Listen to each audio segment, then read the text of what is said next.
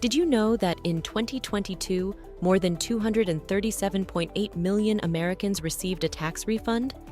But is this a common scenario for real estate investors too? Today, we're going to explain the tax refunds and understand if investors are part of this statistic. Let's get started. Real estate investors can reduce taxes and potentially be eligible for refunds through several strategies. 1. Solo 401k contributions.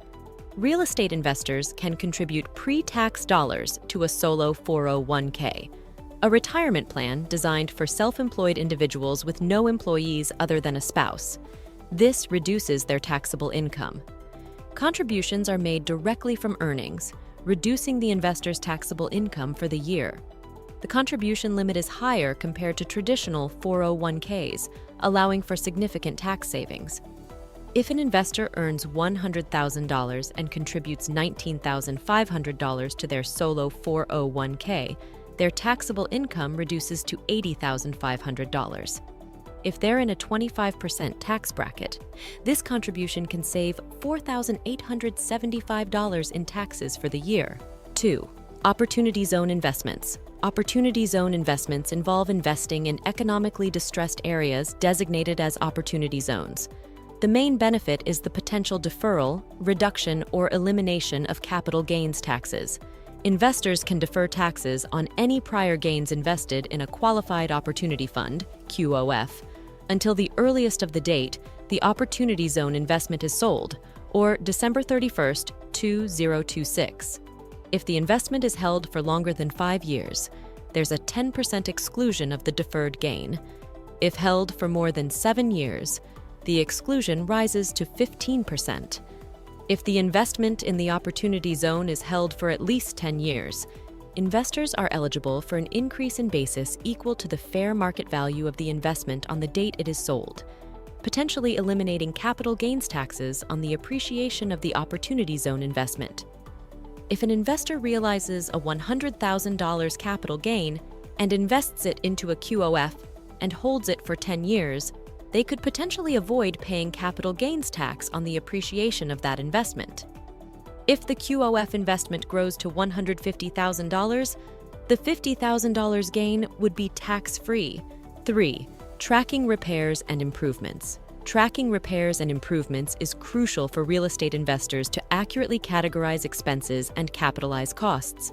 Distinguish between repairs, immediate, necessary maintenance of property, fully deductible in the year incurred, and improvements, enhancements that add value or extend property life, capitalized and depreciated over time.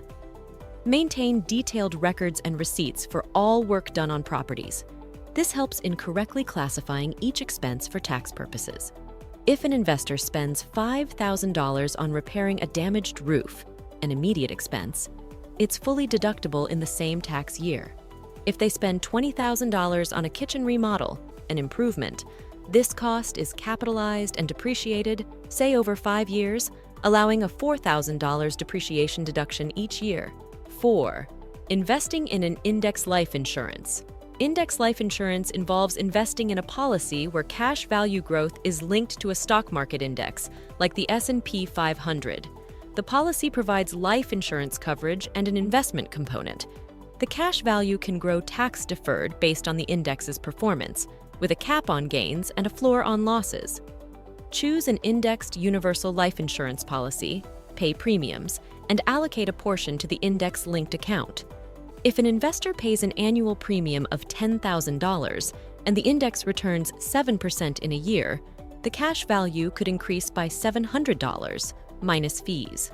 If the index drops, the floor, for example 0%, ensures the cash value doesn't decrease. 5. Doing a 1031 exchange. A 1031 exchange allows real estate investors to defer capital gains taxes by reinvesting the proceeds from a property sale into a new property.